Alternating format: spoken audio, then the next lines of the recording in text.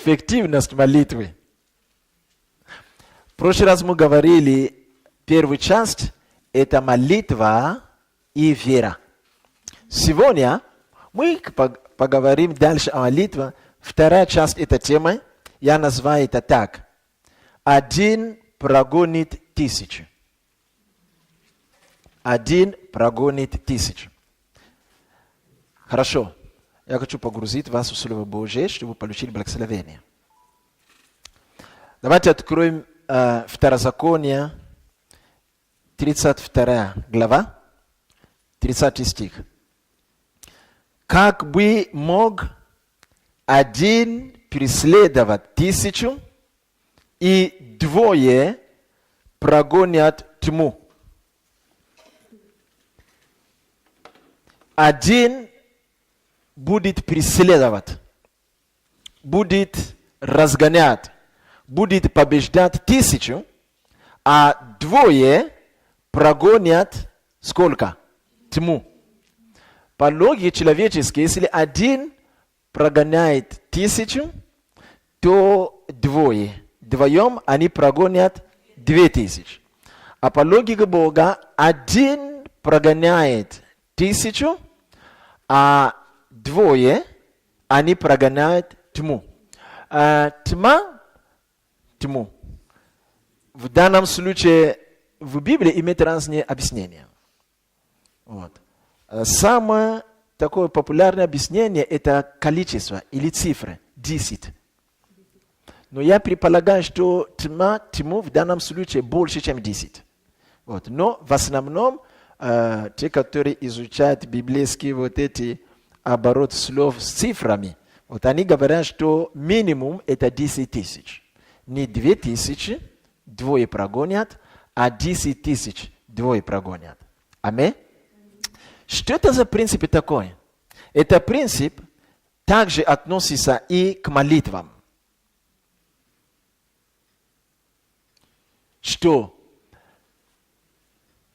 мы помним, что молитва, которая достигает сердца Бога и на которую Бог отвечает, это прежде всего молитва, которая совершается в вере. Аминь? Это молитва веры.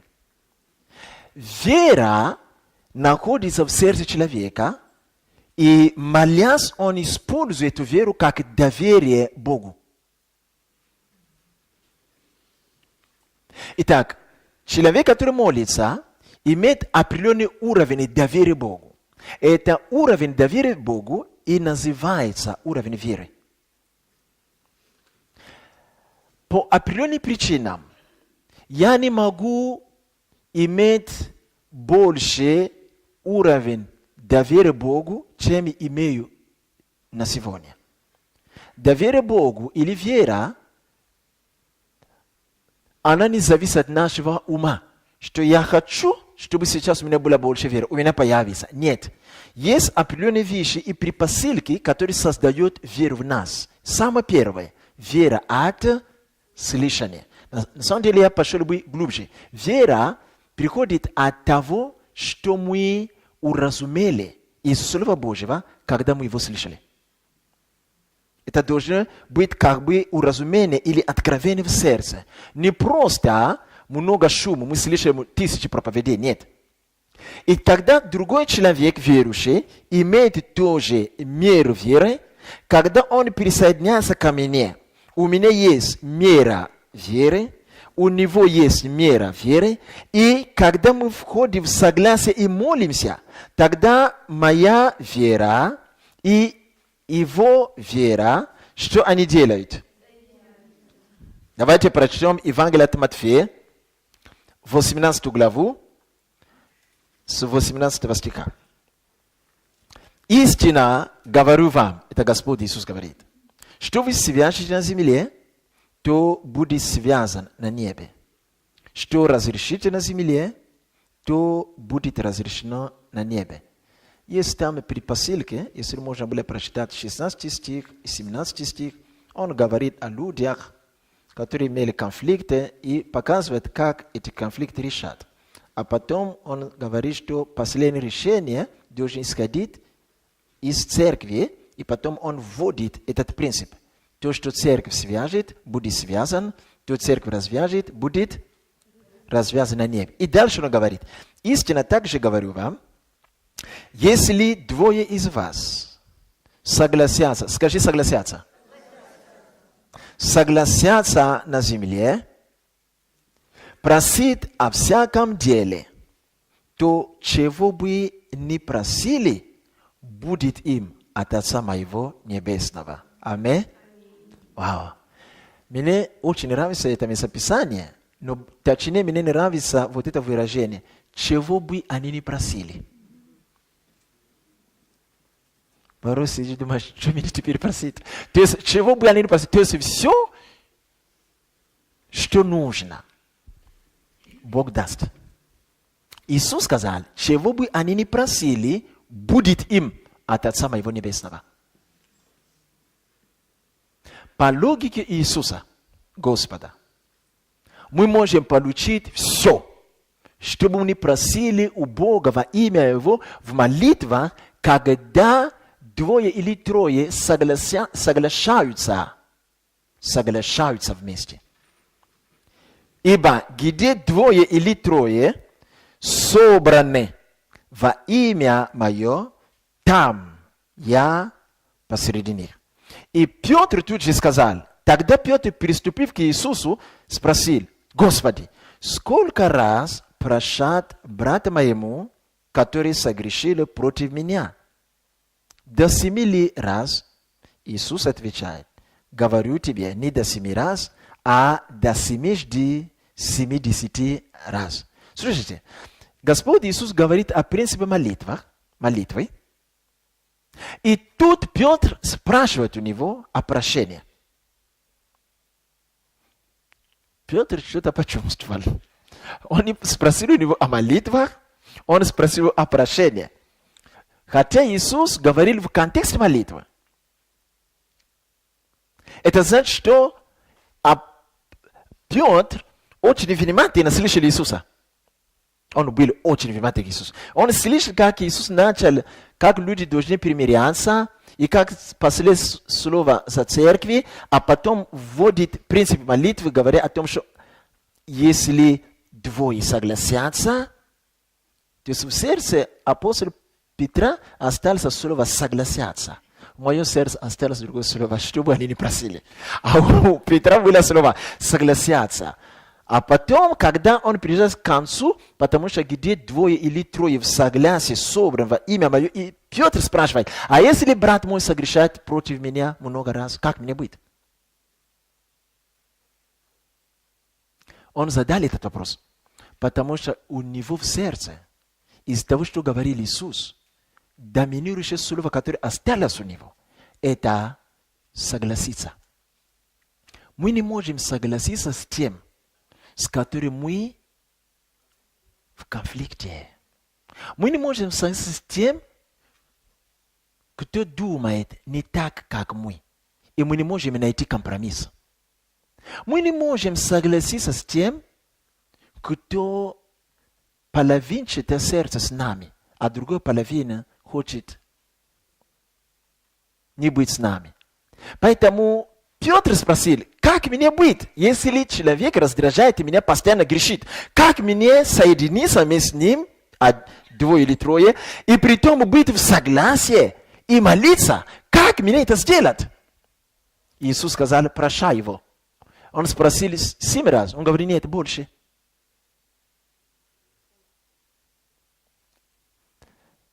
Смотрите, вы помните, еще в прошлый раз, первую часть, мы говорили о обиде и непрощении. Когда есть обида и непрощение, молитвы наши будут слабой.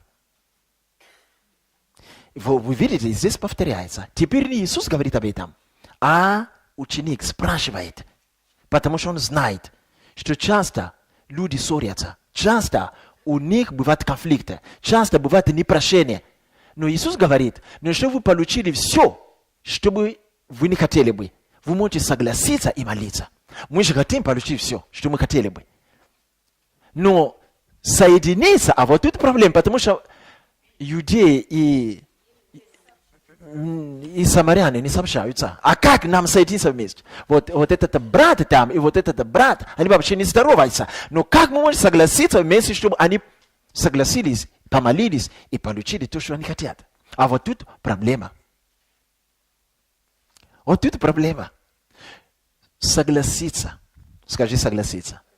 Если двое из вас согласятся, и после... Что значит согласиться? Понимаете? То, что, например, я хочу, или кто-то хочет, да? Чтобы страна России, что делалось? Развивалась. Это хорошо. Кто-то другой тоже хочет так. Вот эти хотения, они похожи. Но чтобы молиться на основании этого, надо все равно согласиться.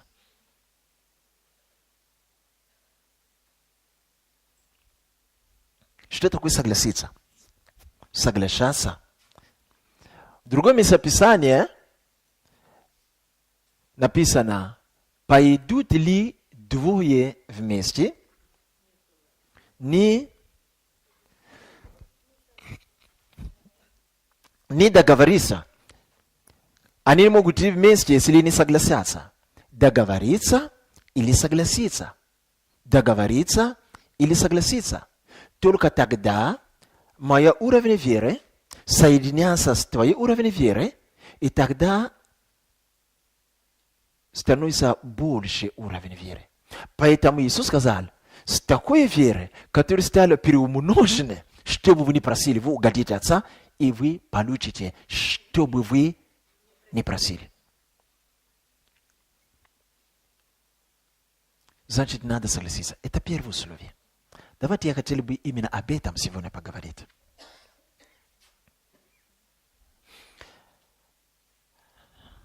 Мы не можем соглашаться или договариваться с кем-то в молитвах, если мы не общаемся. Самое первое условие к согласию или к договору – это общение.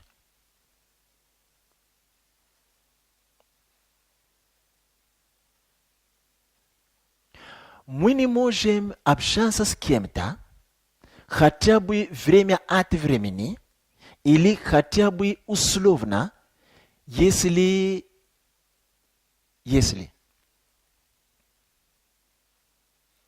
мы с этим человеком в конфликте. Мы не можем договариваться, соглашаться с кем-то, если у нас есть конфликты. Они будут мешать нам общаться. По логике Господа, человек, с которым мы не имеем конфликта, или даже имеем, человек, который мы делаем как выбор в сердце, чтобы общаться с этим человеком, это наши близкие. Поэтому Господь нас дал притчи. Когда кого-то избили на улице, два служителя прошли мимо. Третий, не служитель, но помог. Он спросил в конце, кто из них был ему ближний? Возлюби ближнего, как самого себя. Человек, с которым мы общаемся, даже условно, в определенных условиях он становится для нас ближним. Итак, два человека, они должны быть близки, чтобы иметь общение, чтобы договориться. И на основании договора или согласия, чтобы они не просили, их вера прибавляется, и они получают, чтобы не просили. Теперь вопрос. Итак, общаться с ближним. Кто для меня ближний? Этот вопрос звучал у апостолов. Они спросили Иисуса: а кто для меня ближний? Кто мой ближний? Я сегодня издалека начинал. Я чуть-чуть общался с вами. Надеюсь, что на этот раз у нас получится. Кто же для меня ближний? Кто-то всегда говорит Бог. Бог здесь не считается. Речь идет о людях. Слушайте меня, пожалуйста. Мы должны читать Библию. Слушайте меня, пожалуйста.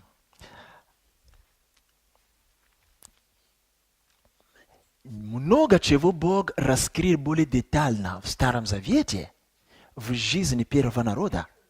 В Новом Завете Он детально не говорит о них, об этих вещах. Он говорит об этом тезисно, а иногда даже не говорит. Заповеди Божьи, они были, есть и будут. Благодать в Новом Завете не отменяет заповеди. Есть два вида заповедей. Есть заповеди, которые вечны, которые касаются всех, которые жили до нас, сейчас и будут жить после нас. Неважно, каким заветом они связаны с Богом. Ветхим, новым, неважно. Есть другие заветы, которые в кавычках называются закон, которые относились только к первому народу Божьему. Мы не должны путать эти вещи. Бог сказал, почитай отца и матери. Когда приходит Новый Завет, и мы получаем благодать от Господа Иисуса, мы можем сегодня как-нибудь относиться к родителям? Нет. Самый первый близкий. Когда человек не замужем и не женат, самый первый близкий его – это родители.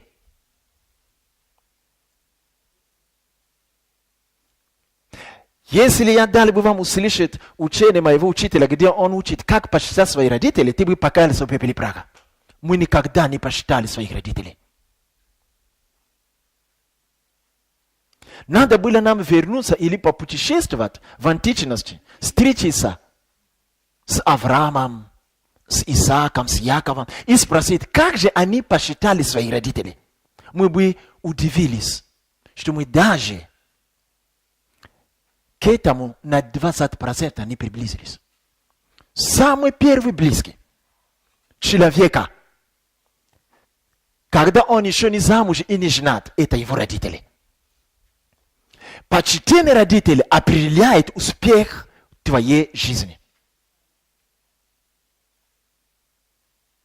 Молитва не может, не определяет, не дает априори такое пророчество, что ты будешь жить вечно. Но почтение родителей дает сразу принцип, что ты будешь жить долго. Почитай родителей, чтобы то и то и было. Почтение родителей. Родители – это свой самый первый близкий. Поэтому некоторые молитвы, если твои родители верующие, некоторые более серьезные проблемы, ты решишь их молитва, когда ты помолишься вместе с родителями. Покажите мне людей, верующих, которые идут к родителям, зная, что папа или мама верующий, говорит, папа, мама, я объясню эту проблему. Ты мои родители, ты мои близкие, давай садись в молитву, поддержи меня, отец, в молитвах. Я даю вам 100% гарантии, этот ответ придет. Это его самый близкий, но, тут есть но. Как этот человек почитает своих родителей? Поэтому вы заметите, именно родители, именно Авраам, именно Исаак, именно Яков, что делали? Они благословляли своих детей. Даже Бог приходилось действовать в рамках этих благословений. Сегодня молодежь верует, ходят на ночные молитвы, часами молятся, плохие отношения с родителями. Как ты можешь получить ответ на молитву? Как? Как? Для Бога это нонсенс. Он-то не против тебя. Но как? Ты бежишь к соседу, чтобы молиться вместе, когда у тебя дома есть отец, который верит, и мама, которая верит. Как не... Это же самое близкое, это кровь от крови. Pamaliza скажи, mama, papa, у меня проблема. Я сам молюсь, но меня не получается, но мне нужно. Поддержи меня молитвой. Я такую просьбу мало от кого слышал. Чаще всего это родители убежат, может быть, за тебя помолимся. Он еще будет говорить, ну, не знаю, наверное. Как это? Это родители просят у детей, может быть, за вас помолятся. Это дети должны прибегать к родителям. Сказать, папа, поддержи меня, давай помолимся вместе. Папа, ты веди мою молитву, моя просьба. Это самый первый близкий человек.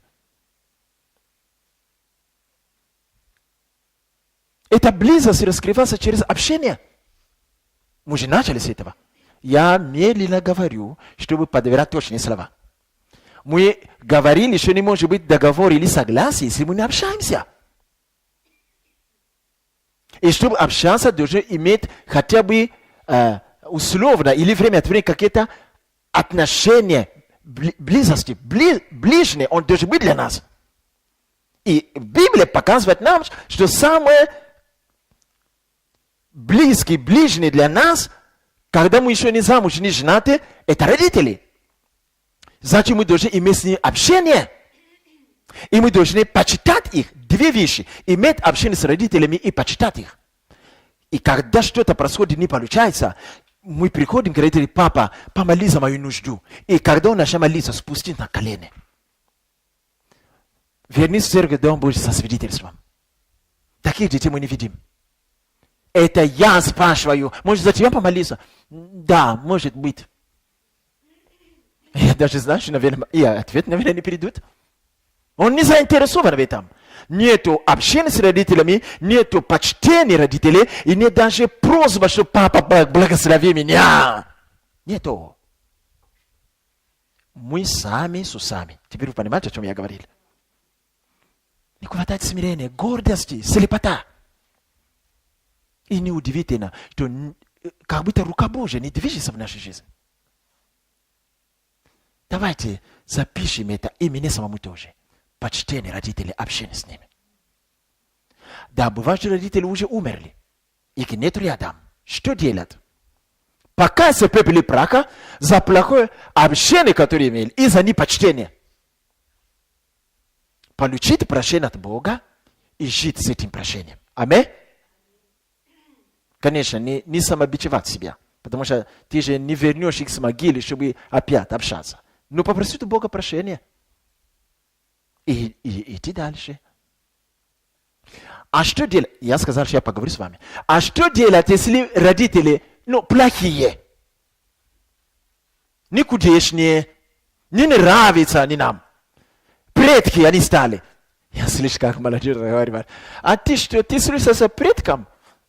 То есть, я спросил, а у этих детей родители сколько лет? Да, по 48. Они считают, что те уже предки. Как с таким лексиконом верующий может молиться Богу, когда он говорит о родителях так? Как это? А потом мы пошираем, что будет пробуждение, будет чудеса. Не будут. Это ложь, не будет. Как? Предки ни во что их не ставят. Но идут в церковь, поднимают руки, поклоняются Господу. Как это возможно? Что за христианство у нас сегодня? Что это за христианство? Нет почтения, нет общения. Бороться с проблемой, не придется молитвы за благословение к родителям. Кто-то меня спрашивал, а если родители не верующие, но изучая отца или маму, они могут хотя бы с любовью иногда сказать слова, сынок, я тебя благословляю. Могут. Достаточно. Одна фраза из уст родителей имеет силу в духе.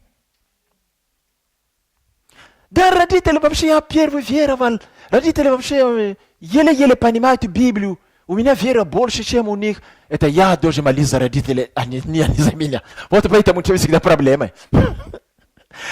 Дело в том, что ты более помазан, чем он. Да, дети пойдут дальше, может быть. Но то мало, которое есть у родителей, Бог считается с этим из-за их статус. Они имеют статус над тобой, как родители. Хочешь ли это или не хочешь, убили были его или не убили, Богу все равно. Бог установил это стандарт, это статус. Поэтому, с другой стороны, если мы уже родители, мы должны знать, что когда дети живут, общаются с нами, мы должны следить, чтобы дети общались с нами правильно, не контролировать их. Я не говорю о крайности, что мы были контролерами над детьми. Нет. У детей своя жизнь. Они тоже отдельно от нас. Но чем-то мы связаны. Чтобы они общались с нами правильно. Что такое правильно? С почтением. Я иногда наезжаю на ребенка. Грубым образом, громким голосом. Я угрожаю, тебя бью скоро. Да. Скажи, это не тот Григуар. Мне все равно, что вы думаете обо мне. Потом я объясняю, ты знаешь, что ты будешь относиться ко мне или к ней так, ты можешь жить и проклять, умереть раньше времени. И ребенок сидит. Зачем пугать ребенка? Пугай его на основании Слова Божьего. Умрет раньше времени. У него будет выкидыш постоянно. Будет выходить замуж, везде будет разводы, потому что не почитали отца и мамы. Ты что? А нет, надо просто молиться. Ничего не будет. Есть принципы. Есть принципы. Когда ребенок наехал на родителей, потом идет молиться. Не знаю. Если будет чудо, я покаюсь. Не будет. У этого ничего не будет чуда. Но иногда Бог милостив, Он даст, а потом проговорит с ним. Скажи ближний. Скажи согласие. Скажи общение. Поэтому мы должны иногда даже наезжать на детей правильным образом, если они слушаются, чтобы прививать им принципы Слова Божьего. Даже не для нас, мы уже стареем, а им еще жить на этой земле. Мы не знаем, что будет на этой земле через 20 лет. Им жить и жить. Пусть они скажут перед Богом однажды, когда мои родители были в живых, я смирялся перед ними, я был послушен, старался, я понимал, что я мудрее их, но я был смирение, я общался с ними, я почитал их. Господь, пусть лета мои продлятся. Бог скажет, хорошо.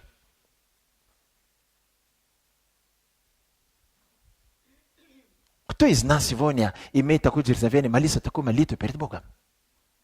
Мало из нас, потому что все были по-языческому научены, ни во что не ставили своих родителей. Вот оттуда и у многих из нас хронические проблемы. Хорошо. Давайте пойдем дальше. Но когда человек вырос, вышел замуж или женат. Сейчас я говорю о тех, которые замуж или женат.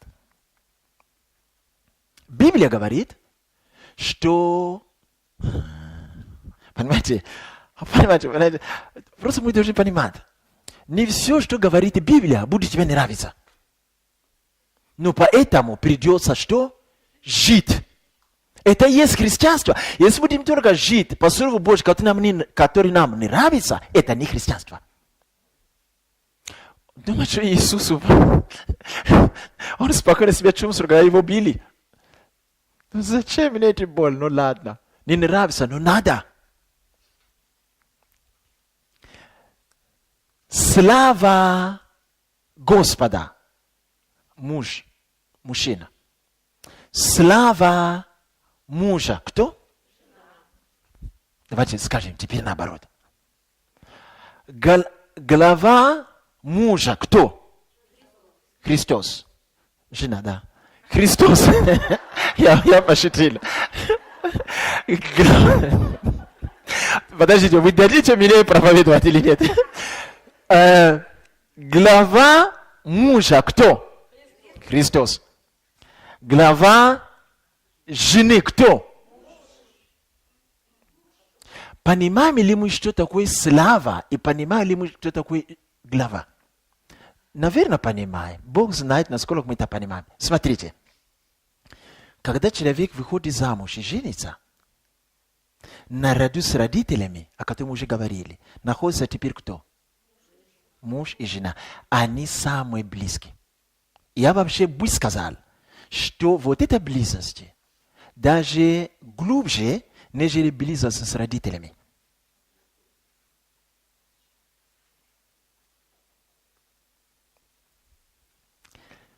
Адам, первый Адам, его отец кто?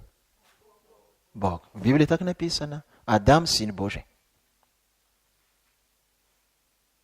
Ева была сделана из Адама. Вы когда-нибудь читали в Библии, чтобы Адам посмотрел на Бога, которые приходили к ним по вечерам и сказали: о, кость от кости моей, плоть от плоти моей. Не было такого. Но как только Адам посмотрел на Еву, что он сказал? Кость от кости моей. Видите? Так что самый близкий именно в измерении плоти на земле для Адама кто был? Жена. А для Евы кто был? Адам, муж. И Бог сказал, они теперь прилепятся друг к другу и станут одна плоть. Вот эта близость глубже, нежели с родителями. Но в этой близости, хотя они стали одна плоть, Бог все равно высвобождает определенную субординацию.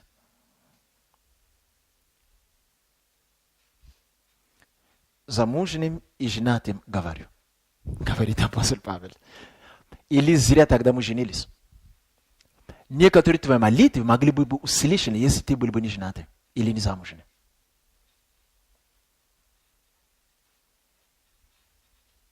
Потому что как только мы женились или входим замуж, включается еще один принцип молитвы. Эта жена, этот муж становится твой самый близкий, с которым надо общаться, и с которым надо молиться вместе, в согласии.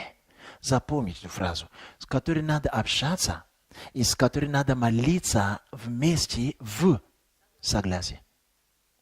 Некоторый ответ от Бога приходит в твою жизнь только через этот принцип.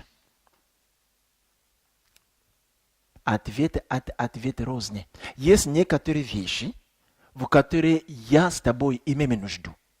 Они могут перейти в нашу жизнь только через этот принцип. Пастор твой мой молиться, как бы он ни был помазан, он это не потянет. Послушайте меня, пожалуйста.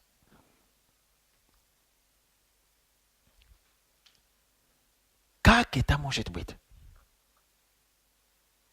Что люди, муж и жена, не общаются и молятся вместе.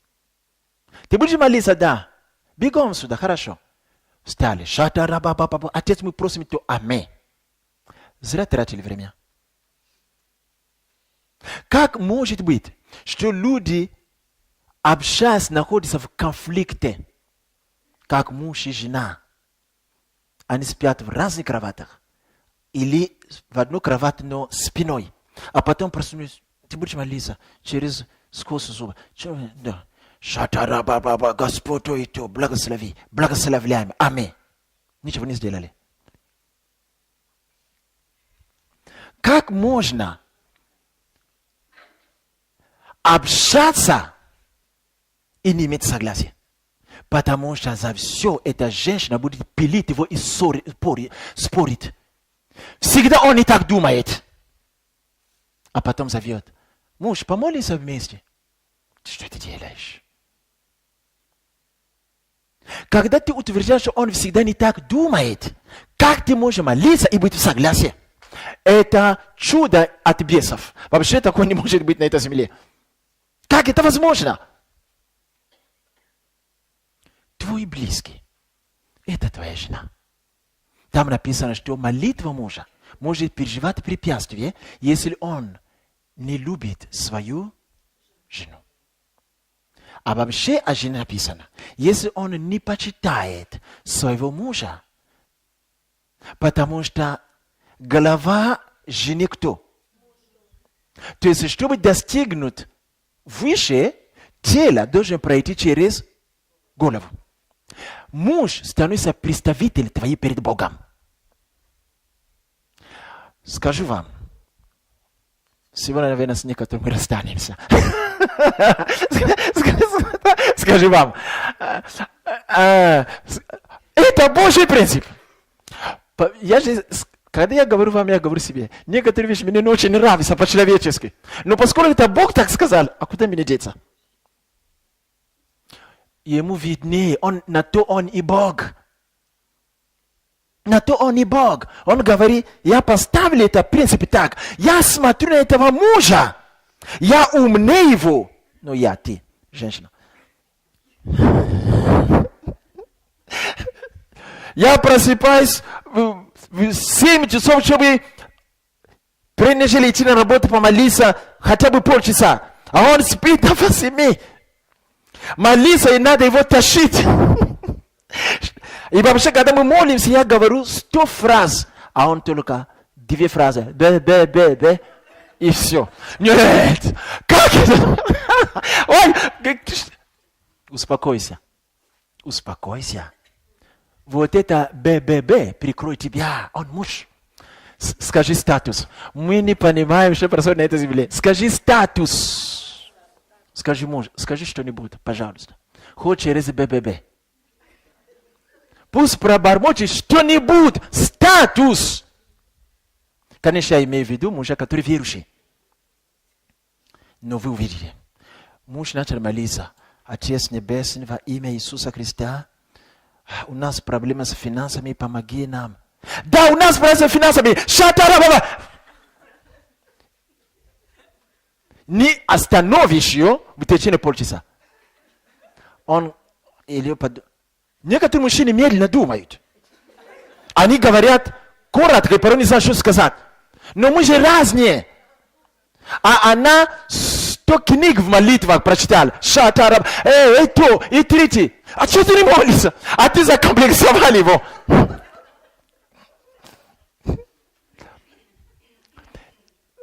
Для меня это будет чудо, если вы принесете мне свидетельство. Говорю вам. Не потому, что вы не хорошие, нет. Потому что мы не поступаем по Божьим принципам. Всегда есть вопрос. А если он умеет молиться? А если он молится плохо? На то есть общение. Что такое общение? Договориться. Если мы с женой не общаемся, если мы с мужем не общаемся, не проводим время в общении, мы не будем понимать, кто как думает. Понимаете? Мы все проходим, каждый проходит свой путь. То, что я вам говорю, я это пожил. Поверьте мне. Много промахов в жизни оттуда.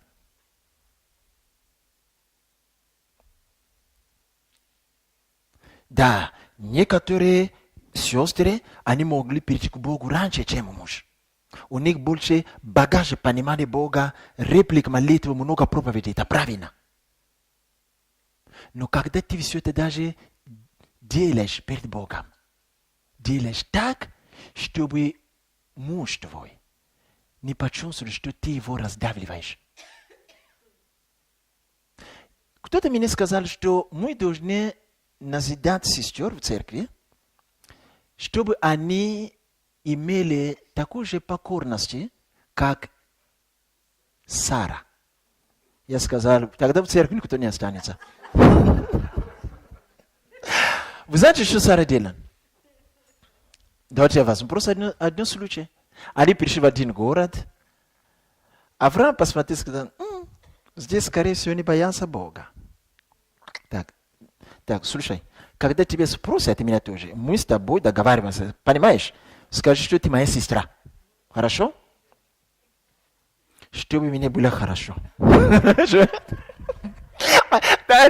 И там написано в Библии. Он сказал, хорошо. Я не думаю, что они там сказали хорошо, как бы с улыбкой. Она чувствовала, чем это пахнет. Ее можно изнасиловать там. Ее можно женить. Там это Авимелех был там, такой крутой дядя, сказал так, эта женщина возьмет тоже в жену. Бог посмотрел и сказал, ай, Авраам, что ты натворил? Твоя жена скоро будет в чужую койку. Что ты натворил? И Бог, знаете, то есть Бог сказал Авраам, что ты делаешь? Это неправильно, ты вообще солгал и вообще струсился. Передали жену. Это предательство. Требую ночью неизвестно, что с ней сделать там. А он говорит, что меня было хорошо, меня не убили, и кто будет лелеять меня тут? Как это? Теперь возьмите наши жены. Я пойду и скажу, да, на, моя сестра, делайте все, что хотите, только позаботьтесь обо мне хорошо, я остался в живых. То есть мне все равно, что они сделают. Вы не увидите, чтобы Сара упрекала Авраама. Понимаете, когда я смотрю на Господа, мы не сможем. Это слишком для нашего поколения. Мы не сможем. Это Сара сегодня. Как только вернулась домой, не было бы покоя. Целую неделю, пока муж не подал на развод. Не выдержит. Ты что? И пошло. Тебе все равно. Меня растерзают. Еще муж называется священник, а еще и пророк дома. Ты меня предал. Покоя не будет с нашими женами сегодня. Но Сара рот не открыла. И вы хотите сказать, что мы почитаем мужей? Сестры, я вас очень люблю. Я не о вас говорю. Я говорю о Божьих принципах. Я не о вас говорю, я говорю о Божьих принципах. А что он, если не... Ничего, общайся с ним. Бог даже увидит почтение. Почтение не означает, что ты поощряешь все его глупости. Нет. Почтение не означает, что ты поощряешь то, что он, не знаю, курит или пьет. Нет. Ты не поощряешь это. Но в молитвах наедине ты говоришь, Господь, это мой муж. Господь, это моя голова. Господи, прошу тебя, помоги, спаси его от этой зависимости. Как только он появляется... Ты что, молишь за меня, чтобы я оставил зависимости? Нет, я просто молился Богу. Вот это и есть почтение. Давайте я покажу вам другой образ почтения, который я знаю. Господь, освободи от зависимости. Господи, пусть мой муж будет не ленивый. В доме ничего не делает. Как только ты за меня... Да, конечно, я за тебя молюсь, что Бог тебя изменил. Ты такой слепой, ничего не видишь. Как? А что ты там делаешь? Это не молитва. Это молитва пригласит дьявола в твой дом. Сестры, пожалуйста. Я скажу вам, лучше не молиться. Да, лучше не молиться. И писать просто. Молюсь за мою главу мужа. Господи, услыши и кладь сюда. Я сейчас заговорю о молитве церкви. Вот это сделаешь правильнее. Потому что у тебя вопрос почтения, общения с мужем. Если этого нету, твои молитвы умножены на 0. Это самый близкий. Самый близкий означает человек, с которым надо общаться. Именно в общении вы можете знать друг друга и знать, кто как думает. И когда приходит проблема, вы знаете, как об этом молиться. Когда я молюсь, я могу сделать эксперимент. Я могу начать молиться здесь за наших детей, за моих детей. Когда я закончу молиться, моя жена не будет здесь. Выйдет, я помолюсь. И когда я закончу молиться, потом я выйду, она вернется и скажет, что молилась она за наших детей. Вы услышите точно такие же слова. Все, что я говорю, она будет говорить то же самое. Вы услышите точно так же. Нет разницы. Потому что мы об этом говорим. А как с тем ребенком? А может он так думает? А может ребенок наш просто ленивый? Надо может молиться за лень? Нет. А может это проклятие? Мы разбираем часами. Поэтому, когда мы приучим молитву, я могу выйти. Давайте я сделаю это. Вы услышите точно эти же слова, эти же слезы. Точно. Потому что самый мой близкий человек. И порой, когда я молюсь, я знаю, что он скажет то же самое. Она тоже скажет то же самое. Один прогонит 1000. 2 прогонят. Но между прочим, между этими двоими есть принципы. Бог установил, это называется заветы. Принцип это заветы. Это заповедь. Принцип это заповедь. Конечно, тут есть много вопросов. Что если муж не сугубо верующий? Почитай его на этом уровне. Как есть табу у Бога. Не оскорблять, не унижать родителей. Так есть табу у Бога. Жена не имеет права оскорблять и унижать мужа. Это табу. Вы знаете, что такое табу? Давайте я вам скажу, как меня научили. Я изменил все свое учение. Поверьте мне. Я хочу, чтобы вы тоже изменили это. Смотрите.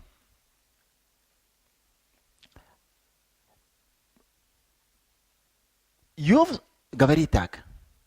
Если человек согрешит против ближнего, будут о нем ходатайствовать и молиться за него, и Бог помилует. Но если человек согрешит против Бога, кто же за него будет молиться? Дальше. Будьте очень внимательны. Анания и Сафира приносят деньги в храм. И они обманули. Петр узнал, что-то тут не так. Он говорит, а потом говорит так. Вы прочие, вы не человеком обманули, а... Подождите, Бог там был? Физически Бог там не присутствовал. Бог им не давали ни откровения, ни хотел, ни действия. Это не сам просто, как бы по-человечески. Чего-то он говорит, не человека обманули, а Бога. Мы должны знать, кто такой голова.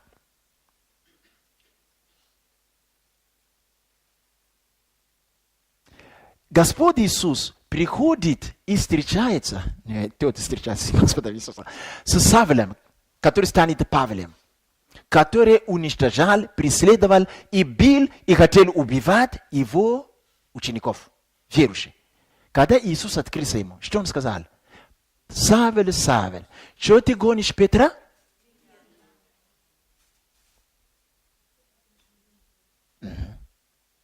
Он сказал, как это? Кто ты, Господи? Вообще, я тебя не гонял, я гонял Петра. Он плохо ведет себя.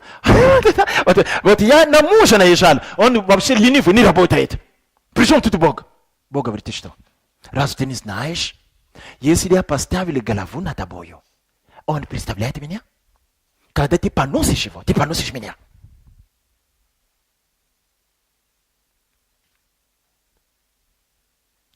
Я привкушаю пробуждение в наши дома. Я сегодня далеко начал. Я привкушаю пробуждение в наши дома. Молитвы, которые были удержаны, начнут отвечаться. Я услышал краем с ухом, кто-то там красивым голосом сказал, а муж? Сестра, я тебя очень люблю. Этот вопрос имеет место быть. Мужчине тоже не подарки. Этот вопрос сложный. Да, там написано, муж должен что делать? Любит. Если не любит и плохо относится не по любви к жене, что будет с ним? То молитва его будет переживать препятствие. Так что о муже написано тоже.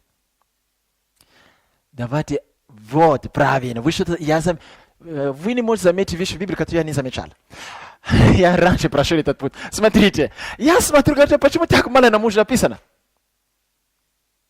Ответ есть. Увы. Будучи Богом, он поставил его. Молодцы. Если он не поставил головой, о муже было тоже много чего написано. То есть есть статус, который перекрывает его. Когда Аарон и Марьям наехали на голову, да, на Моисея, и когда Бог рассердился и высвободил гнев в форме проказа, кто из них заболел? Видите? Потому что статус Аарона будучи первосвященником, не позволил. И, будучи пророком Моисея, не позволил принести проказы. Хотя они оба согрешили. Это не значит, что муж может поступать как ему угодно по отношению к жене. Нет. Но больше Бог требует от женщины. Вы читаете Библию? Давайте я милую вас, давайте хотя бы на это остановимся, чтобы не стало хуже. Ну хорошо, в Ветхом Завете увидели, что женщины давали разводное письмо мужам. Кто имел право давать разводное письмо? Видите? Даже когда муж сказал, вот я развожусь, Бог сказал, ну хорошо, так решил, а ты давали разводное письмо? Видите? Он так относится. А когда жена говорит, я вообще ухожу, не имеешь права. А я дам разводное, не буду считать. Почему? Я позже поговорю с вами, какие благословения женщины имеют через это. Это не тюрьма. Там, где нас какой-то сильно ограничивают, там у нас больше благословения. Бог это сделал. Поэтому у женщин есть сфера, где у них больше благословения. Но она не высвобождается, пока они не будут знать, что над ней есть.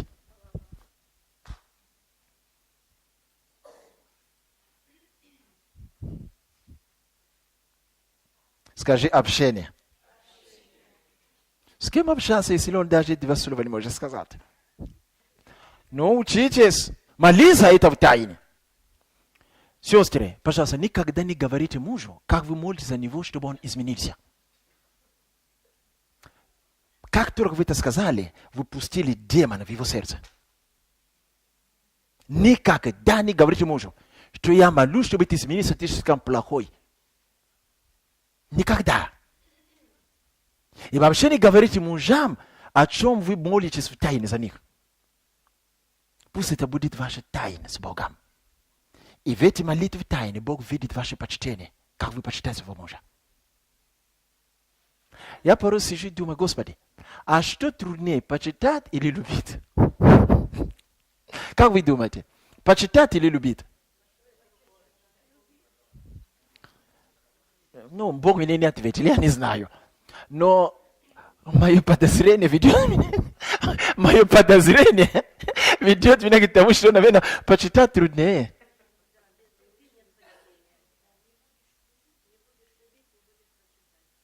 А может быть, любить труднее? Не знаю.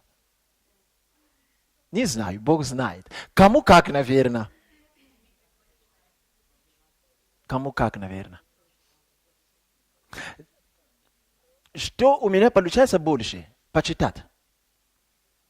Я смиренный и кроткий.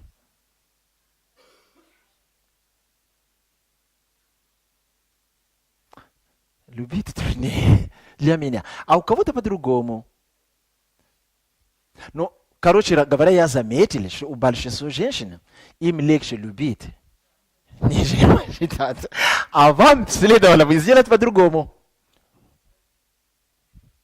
Поэтому молитвы ваши основаны на любви к мужам. Но вы видите, они не отвечаются. Когда они станут основаны на почтении, они начнут отвечаться. А у мужчин наоборот. Молитвы их должны быть основаны на любви к женам. Тогда они начнут отвечаться.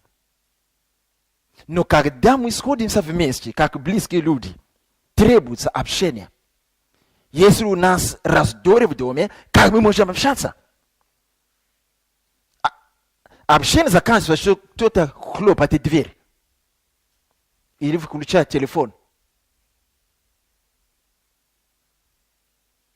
Поэтому в доме тьма. И маленький свет приходит туда, когда мы посетили церковь. Слушайте меня, пожалуйста. На это буду приходить дальше на другое рассуждение. Смотрите. Сестры, ваша глава – это муж, не пастор.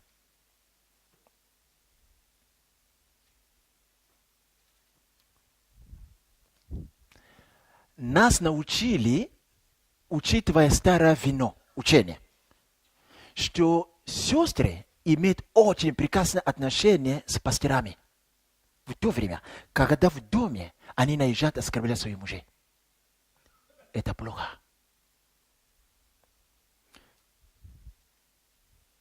Пастор не твой муж. Это точно.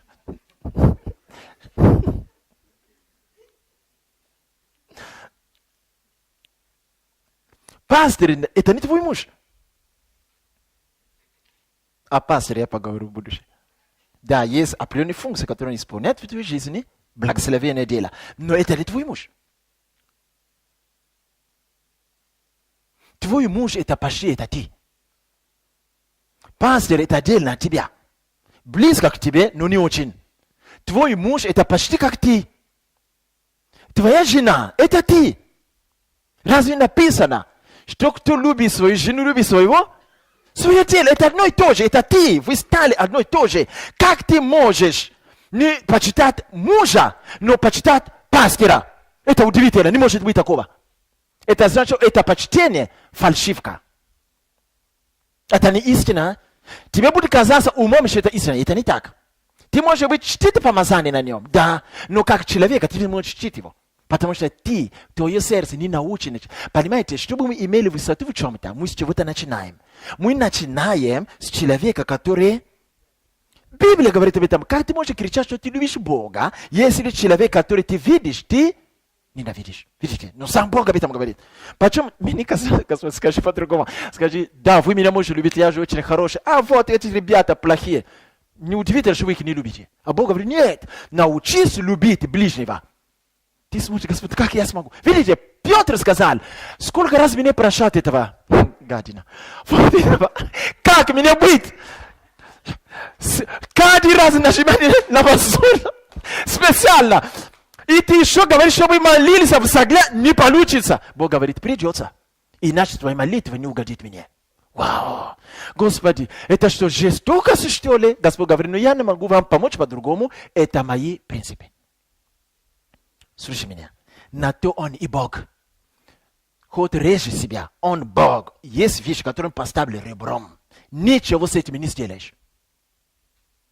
А вот тут, поэтому к Богу мы приходим со смирением. Что такое смирение? Принимать без условий то, что требует Бог. Слово Божие это не предположение. Слово Божие это не предложение. Слово Божие это требование. Он царь. Когда царь говорит, это всегда закон. Это в Библии написано. Бог сказал, почитай мужа, иначе кранты тебе. Ты меня любишь, я знаю, ты войдешь в мое царство. Но некоторые вещи, которые молятся, ничего не будет, пока ты не будешь почитать мужа. Все. Пока ты не научишься любить жену, нянчиться с ней, ничего не будет. Хоть ходи на 140 дней молитвы и на ночные бдения. Ничего не будет. Итак, молитва согласия для тех, которые замуж и женаты, начинается в доме. Скажи аминь. Мы должны начать эту церковь заново. Каждый человек, который женат или замужем, и при том вы оба верующие, пожалуйста, начните общаться, чтобы через общение, когда будет появляться проблема, вы могли иметь единодушие. Ты знаешь, что думает твоя жена, вы уже нашли компромисс, ты знаешь, что думает твой муж, вы уже нашли компромисс, ты знаешь, когда ты молишься о чем-то, твой муж молится точно так же. Люди могут понимать вещи по-разному. Но именно общение и согласие переводит нас к компромиссу. Вот поэтому есть слово согласие, компромисс. Не обязательно делать то, что говорит муж. Или не обязательно делать то, что говорит жена. Но через общение мы находим, что? Общее. И на это общее мы стоим. Поэтому скажи, что я думаю об этом, моя жена скажет то же самое. Но это труд. Это не приходит просто. Я поставил это как цель. Вы первый, который я говорю об этом. 4 года я поставил это как цель. Раньше у меня этого не было. Меня научили. Я убрали все. Я поставил эту цель. Я начал видеть движение. Это удивительно. Это строгие вещи. Но это работает. Это Бог. А что мне спорить с ним? Он так видит жизнь. Кто я? А если скажешь, нет, я не могу, буду лепить как хочу, но тогда забудь о результатах молитвы. Забудь об этом. Ничего не будет. Ничего не будет. Но иногда что-то будет, потому что я за тебя помолюсь. Но это будет те мелкие, которые должны прийти. Ничего не будет. Да поможет нам Бог. Скоро я буду делать сюрприз каждую семью. Я буду спрашивать, когда вы собираетесь на молитву, как муж и жена. А если кто-то еще более благословенный, наверное, и с детьми.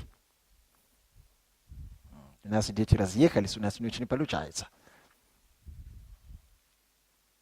Первая соборная молитва – это молитва в том доме. Пожалуйста, брат, я умоляю тебя, начни заново. Я знаю, что это не так просто. Много чего слишком испорчилось в отношениях. Начни заново. Мало-помалу. Не укоряй, не говори, обязательно помолись со мной. Обязательно я твой голова. Нет. Просто иди к этому мало-помалу. Думай. Стратегически. Подари цветы. Ну, что-нибудь продумывай там. Чтобы она даже не заметила, что ты хочешь потянуть ее к молитве. Согласие. Сестра, пожалуйста, я умоляю тебя. Начни заново. Перестань орать на мужа. Мы с тобой знаем, что он плохой. Ну и что? Ты будешь рад, он справится. Бог может помочь вам. Начни, не знаю, что делай. Что делай, не знаю. Но делай что-нибудь.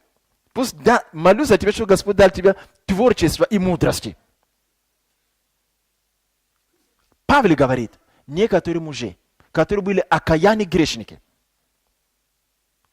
поведением и житием своих жен, они были приобретены. Ну, приобретай его. Ну, он хорошо, он не такой, не умеет молиться. Ну, приобретай его. Приобретай своего мужа. Ты посмотри, наверное, ты сидишь там и говоришь, Григорий, ты не знаешь, о чем ты говоришь, ты моего мужа не знаешь. Такого не приобретешь никогда. Понимаете, я не верю в твою силу духа, я не верю в этом, учитывая эти вещи, я не верю в свою силу духа, но я верю в Бога, Он может помочь нам. Или мы не верим в Бога? Понимаете, когда все слишком испорчено, мы понимаем, что мы сами банкроты, ничего не сможем. На то и мы молимся в силе смирения, Господь, я не могу. Вот этого, я даже не знаю, с какой стороны подойти. Ну, прошу тебя, сделай что-нибудь. Ты же сам сказал, что мы должны быть самые близкие. Мы самые лютые враги. Приблизь нас. Дай мне мудрость. Понимаете, у нас будет семинар сестер отдельно. Я подскажу вам некоторые вещи.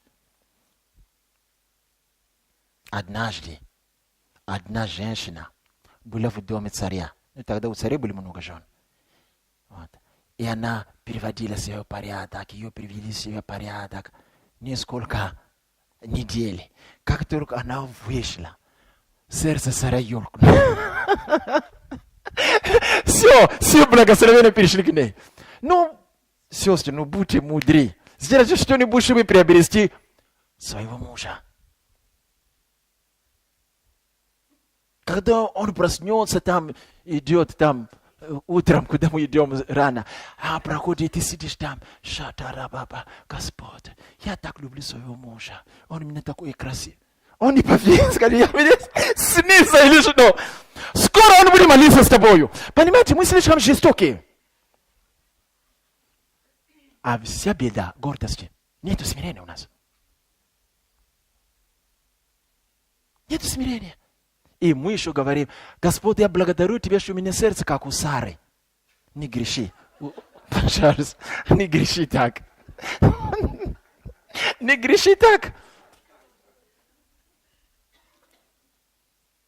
У меня порой бывает, что, бывают какие-то служения, особенно учительские, они занимают меня много времени. И порой я стою утром, там, 6, глаза не открываются. Иду. Вы записали это? Скажи, что за пастор такой? Просыпайся пол-седьмого. Иду. Не хочется молиться. Потом смотрю. Ай, Господи, придется. И все. На то и написано, что она тебе помощник.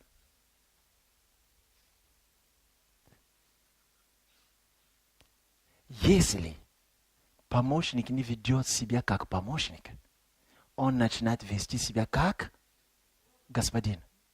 Вот поэтому в наши дома все изменилось. Жены стали головой мужа.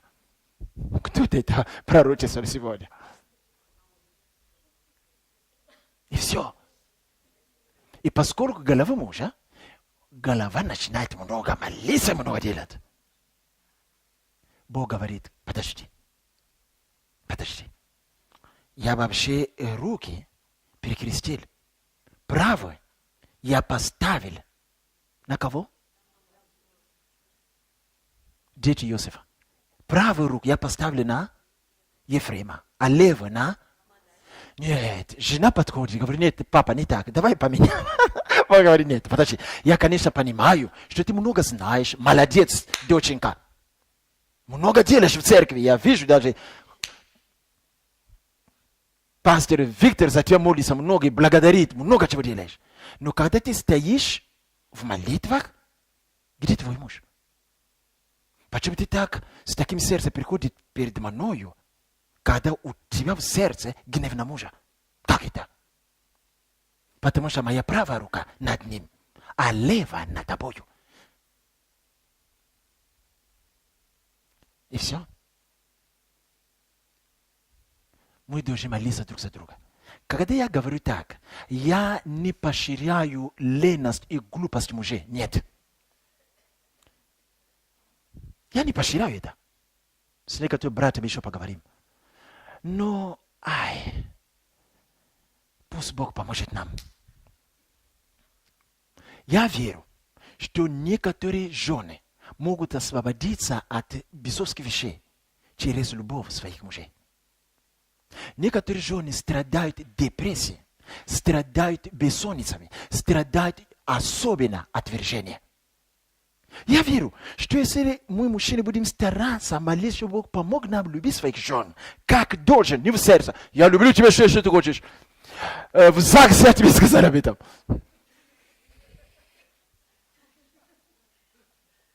Но эта жена будет болеть постоянно, она будет в депрессии, конечно. Да поможет нам Бог.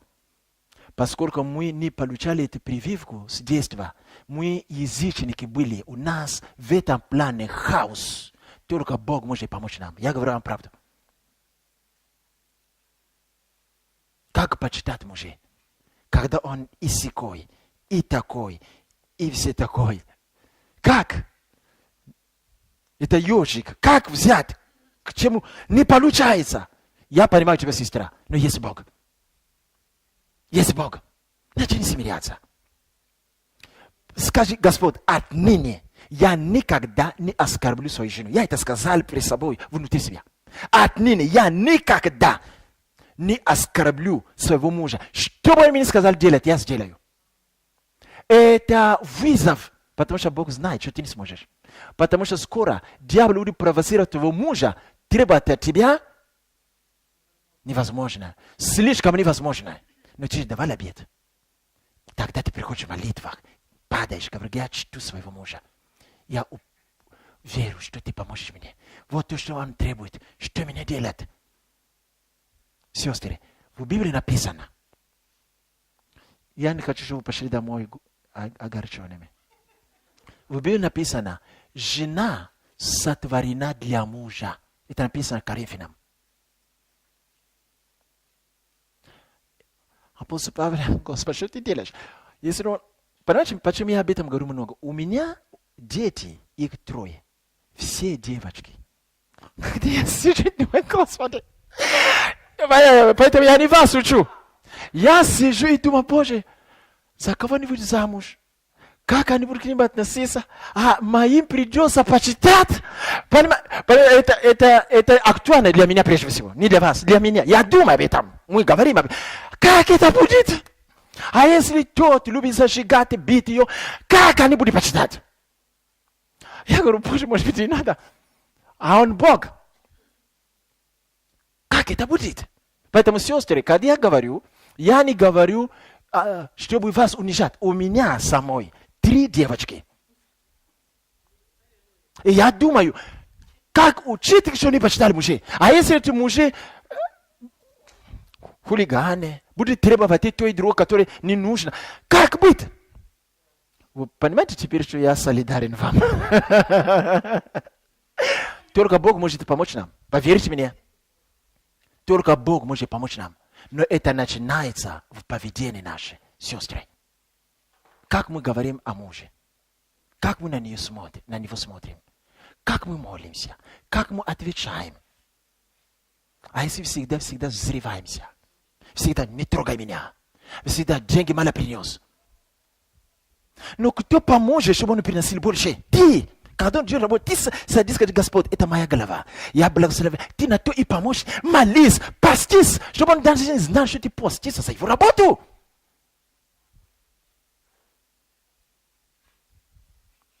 Я помню, что мы сегодня даже или начнем. Но уже закончили. Хорошо.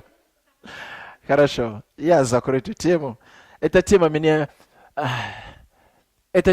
научили. Пока я пересмотрел все. Я пришел в ужас. Как такая жизнь может быть с чудесами, когда все наизнанку? Вот уже 4 года, как я иду по этому пути. Чтобы исправить все. Это не так просто.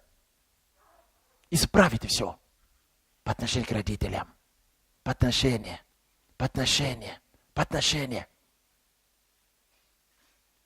пастырям. К женам пастырей. По отношению к епископам. Саул отпал от Бога. Дух Божий отошел. Теперь Давид царь. Но Давид идет смиренно и служит. Вот это помазанника Саула, который отпал от Бога. Я бы наехал на него. Теперь я царь. Саул говорит, нет, Григорий, ты чего-то не понимаешь. Он отпал от Бога. Но я буду служить ему.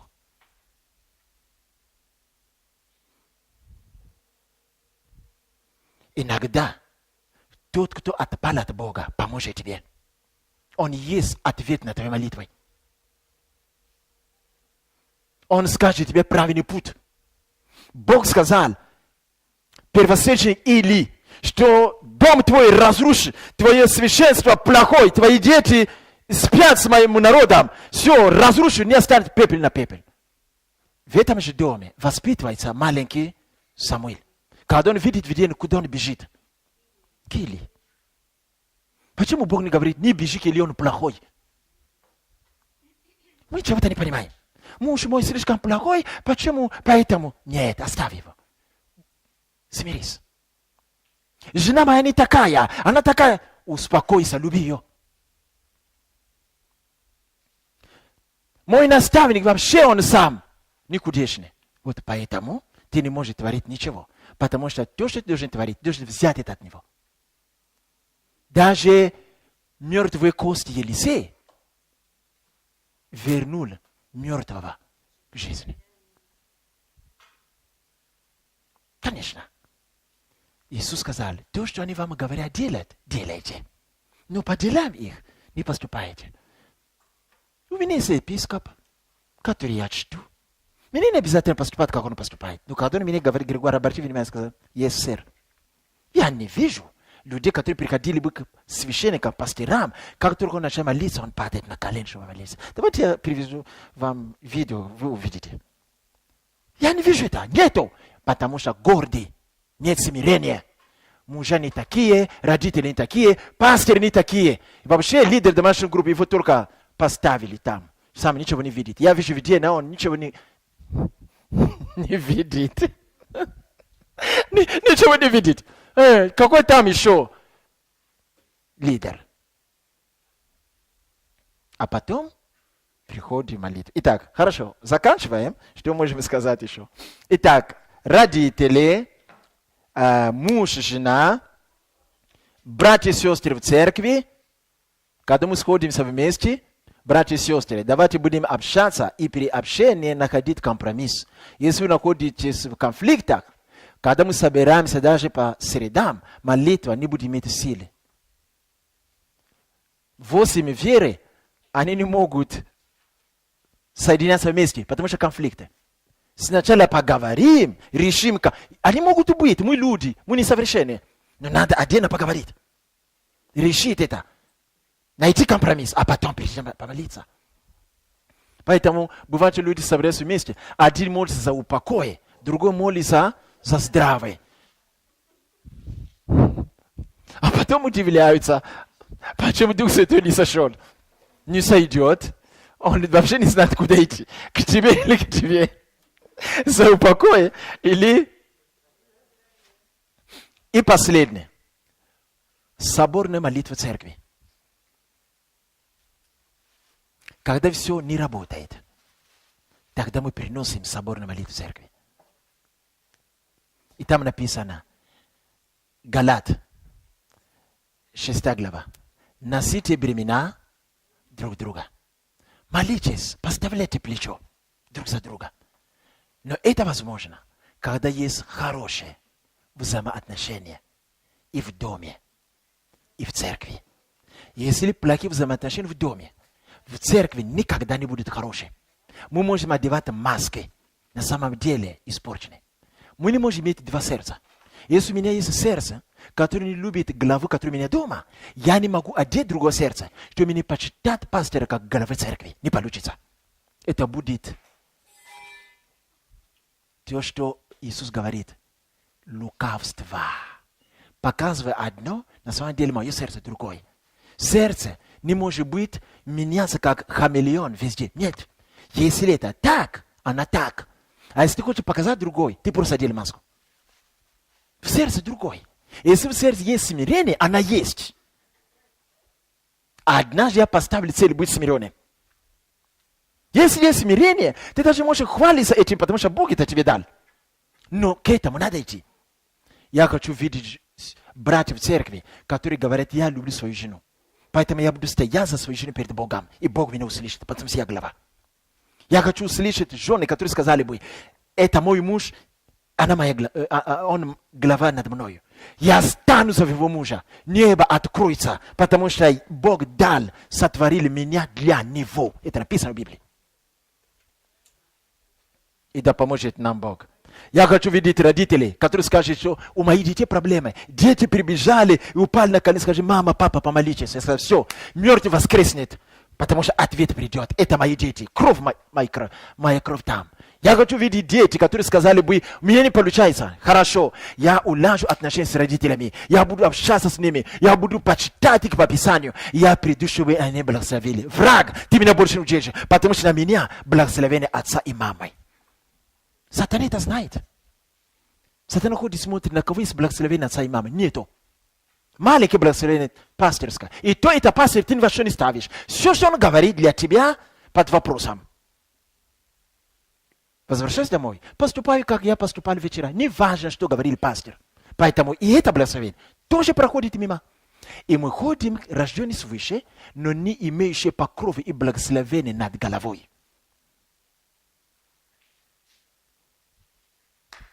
И да не будет с нами так. Аминь. Давайте станем и поблагодарим Господа.